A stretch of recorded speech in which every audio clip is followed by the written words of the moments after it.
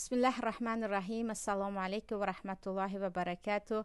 عزیزان، امروز با یک موضوع آمدم که خیلی برای دخترکان و این چونین برای پدران و عموما برای هر نفری که میخواهد پیامبر صلی الله علیه و سلم با دخترشون چگونه مناسبت داشتن در این باره معلومات بگیرد. این موضوع برای ایشان مهم است و پیش از داخل شدن به موضوع عزیزان همیشه میبینیم که آنهایی که دشمن دین الله هستند، چه از عجم و خودی، همیشه یک چیز را در صحبت‌هایشان میخواهند به مردم اثبات کنند، اینکه گویا اسلام دینی هست که حقوق زن پایمال است. اسلام دینی هست که زن را زندانی میکند، زندان در داخل لباسش، زندان در خانوادهش. ولی وقتی ما به اسلام همان گونه‌ای که هست، علل خصوص به سرچشمه های اساسی اسلام به قرآن و سنت نگاه میکنیم، میبینید که قدر و قیمتی که زن در اسلام دارد در یگان دین دیگر ندارد، حتی در یگان قانون دنیوی دیگر ندارد. همان گونه‌ای که الله برای زنها حق و حقوق جدا کرده است، یگان انسان در دنیا با قانون خود جدا نکرده است و یگان دین دیگر این گونه رعایت نکرده است. اما مشکل این است که مایان آن چیزی که به نفعمون هست آن را میگیریم و آن چیزی که بر ضررمون هست نادیده میگیریم و اکثریت زنها از این که دست به سرچشمه های اساسی دین نمیزنند، فقط این گفت و آن گفت که حیات خود را به آخر میرسانند، بیخبر هستند که چقدر حقوق های دارند که هنوز حتی نشنیده اند و به خاطر ندانستنشان به روزهای آمدن که حتی نفر سیوم بعضی زنها را میبینید که دیگر برای زود از دنیا رفتن و حتی خودکشی آماده است و خیلی دوست می‌دارد از دنیا و از مشاکل دنیا خلاص شود. اکنون باید اینجا میخواهم ببینیم یا یک نظره کنیم به زندگی پیامبر و مناسبت پیامبر صلی الله علیه و سلم همراهی دخترانشان. اولا عزیزان، در ما بعضی پدرهای هستند که از سنت پیامبر شاید فقط ریش باشد، شاید فقط دوزنگی باشد، شاید چیزهای دیگری باشد، آن را برای خود کسب کرده‌اند. بقیه سنت های پیامبر را پرواهی هم ندارند و حتی گفتید بعضیشان کبر و غرور هم میکنند. و این چونین بعضی دخترکانی هستند که از سبب اینکه با یک پدر جاهل بزرگ شدن که متاسفانه جهالت خود را، تعصب و تشدد و سختگیری و افراطی خود را به اسلام نسبت میدهد، از خود مسلمانی و از قانونهای اسلام دلگیر هستند. میگویند اگر اسلام همین گونه باشد که پدرم مرا آنگونه تربیت کرد، من در این دین نبودن میخواهم و نه با همون قانون ها زندگی کردن میخواهم. ولی بیخبر از آنند که آن چیزی که پدر میکند آن اسلام نیست. اسلام همانی هست که در کتاب قرآن است، اسلام همانی هست که در سنت پیامبر و سنت اصحاب پیامبر صلی الله علیه و سلم هست. برای همین میخواهم اینجا بیاد ببینیم. 3 قصه را برای شما انتخاب کردم که هر 3 قصه در زندگی و علل خصوص در رابطه پدر و دختر خیلی خیلی عبرتی هست یا گفته مهمی هست و این قصه ها را الان برای شما یک به یک گفته میگذارم. اولا قصه که اولین قصه من قصه زینب دختر پیامبر است صلی الله علیه و سلم. زینب که مادرشان حضرت خدیجه و پدرشان محمد صلی الله علیه و سلم هستند، بعد از اینکه الله میفرماید که دیگر زنی مسلمان برای مردی کافر و مشرک حرام است، پیامبر امر میکنند که شوهر زینب که در آن وقت مسلمان نبود، ابوالعاص، زینب را به نزد پیامبر به مدینه فرستد. که قصه زینب یک قصه خیلی عبرتناک و این چنین خیلی پر از غم و غصه است که انشاءالله در یکی از صحبت‌های دیگر همراهشان انشاءالله همراهتان ببخشید دربارشان صحبت میکنیم. اما الان من میخوام فقط توجه کنیم به جایی که در آنجا رابطه پدر و دختر را به ما خیلی واضح نشان میدهد.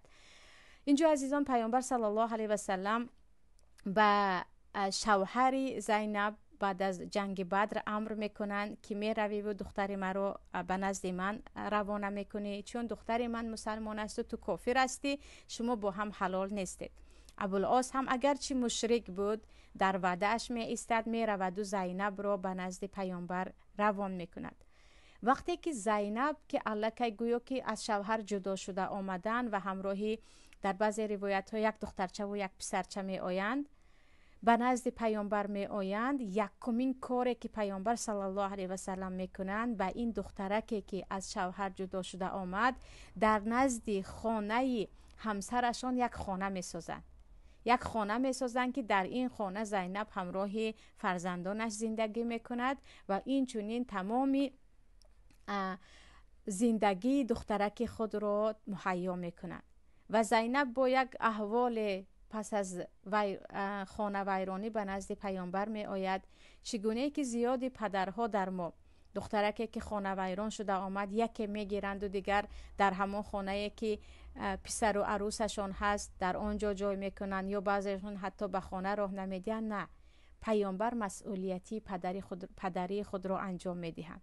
پیامبر اول شده به دخترکشان خانه میسازند و در همون خانه جایش میکنند و این چونین تا آخر عمرش که بیچاره یک دیگر بسی هم نرفته از بیماری وفات میکند، پیامبر سرپرستیش را به گردن داشتند همراه فرزندانش. و امامه دخترک همین زینب وقتی که پیامبر با صحابه ها نماز میخواندند در بغل پیامبر بود. یعنی مهربانی پیامبر به فرزندی زینب، به دخترچه زینب خیلی بالا بود که حتی در نماز به دست گرفته دخترچه را نماز میخواندند. اینجا عزیزان ببینید که پیامبر صلی الله علیه و سلم به دخترکی از شوهر جدا شده خود چگونه مناسبت داشتند.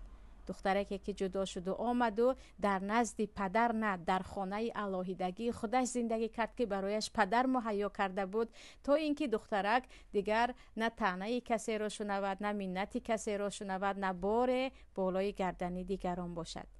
و البته پس از چند مدت ابوالعاص مسلمان می شود و می آید، ولیکن مدتی دراز زینب بیچاره اگرچه تنها باشند هم، ولیکن از این که در حمایه پدری خود بودند هرگز به حالتهایی که امروز 99% دخترک های از شوهر جدا شده ما می افتد، زینب به آن حالت نمی افتند، چون پدری مثل محمد صلی الله علیه و سلم داشتند. قصه دیگری من عزیزان که در بخاری مسلم دیگر کتاب ها هم ذکر شده است، جنگ و تلاش حضرت فاطمه همراه حضرت علی هست که پیامبر صلی الله علیه و سلم به یک تای آن دخالت جدی میکنند، به یک تای دیگرش دخالت نمیکنند. یکمش وقتی که پیامبر صلی الله علیه و سلم برای زیارت دختری خود می آیند که پیامبر برای زیارت دختران خود می رفتند. عجیبش این است که بعضی مردهای هستند کبر و غرورشون هرگز اجازه نمیدهد که قدم به خانه داماد بمانند. میگویند من به خانه اونها نمیروم، من به خانه خدا نمیروم، من به خانه داماد نمیروم، بگذار بیاید مرا ببیند. اما پیامبر از اون که حتی پیامبر بودند، خلیفه اون وقت بودند، سردار سرلشکر بودند، پیامبر بودند دیگر، اما به زیارت دخترک خود میرفتند. باره مثل همیشه به زیارت فاطمه میروند رضی الله عنها که میبینند که در خانه حضرت علی نیستند. میپرسند پسر عمویت در کجا هست؟ حضرت علی حضرت فاطمه میگویند بین ما کمی مشکلی شد، یعنی مشکلی که بین هم زن و شوهر میشود و برآمد و از خانه رفت. یعنی ببینید که جوان مردان این گونه مناسبت میکنند، وقتی جنگ و تلاش میشود زن را از خانه نمیرانند، خودشون از خانه برآمده میروند. حضرت علی خودشون از خانه برآمده رفتند بعد از جنگجولی که دیگر در همه خانه ها میشود و آنجا هم شده بود. در مو مشکل این است که بعد از جنگ و جنگجال زیاد مردهای و گفتم اون جوان مرد خودشون و زنها رو از خانه بیرون میکنند که رو کجا روی رو. اینجا حضرت علی رو میپرسند، حضرت فاطمه میگن علی برآمده رفت. پیامبر دیگر کجا رو میکوند؟ به مسجد میآیند که میبینند که حضرت علی در آن وقت که قالین ها در زمین نبود در خاک خوابیدند و میگن قم یا ابا تراب، از جهت برخیز خاکالود یا پدر خاکگویان، خاکهای حضرت علی را از بدنشان می افشانند و تازه می کنند. اما همینجا پیامبر هیچ دخالت نمی کنند. یعنی مشکلی چی هست؟ این چی کاری که کردی؟ خیلی کاری بد کردی، اصلا تو میدونی که تو خودت یک یتیم هستی و دختری مرا گرفتی، به فاطمه خواستگارش زیاد بود، من به تو دادم، چرا با او جنگ کردی؟ اینها رو نمیگویند. پیامبر حالت رو میبینند که یک جنگجوی عادی اویلوی هست، دخالت نمی کنند. هیچ دخالت نمیکنند. پس اینجا میتوانیم عبرت بگیریم پدر و مادران که بعضی جنگ و جنجال هست که بین زن و شوهر اگرچه مثلا هر دو قهری هستند، یکی برآمده رفته است، اما جنجال های عادی هست. شرط نیست ما دخالت کنیم، یک روز دو روز دیگر آشتی میشوند. یعنی این گونه جنگ و جنجال ها زیاد است که متاسفانه در ما خانواده ها داخل می شوند و دیگر علنگه بالای علنگه تا طلاق می رود. یعنی نباید به هر جنگ و جنجال خردکک اویلوی اهمیت داد. اما عزیزان حالت دویمم هست که اون هم در بخاری آمده است. بار حضرت فاطمه شکایت کنان به نزد پیامبر می آیند و می گویند پدر، مردم گمان می کنند که تو به غم دخترهایت شریک نیستی، تو به مشکلی های دخترانت اهمیت نمی دهی.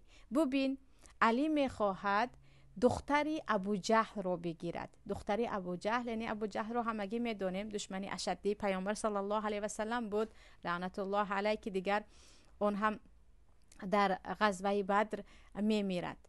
و حضرت فاطمه می گویند علی می خواهد دختری ابو جهل رو بگیرد و تو این حالت رو شنیدی و هیچ کار نمی کنی و مردم می گویند به زندگی ما یا به غم ما شریک نیستی. پیامبر اما بیخبر بودن. در این وقت پیامبر صلی الله علیه و سلم به مسجد می روند.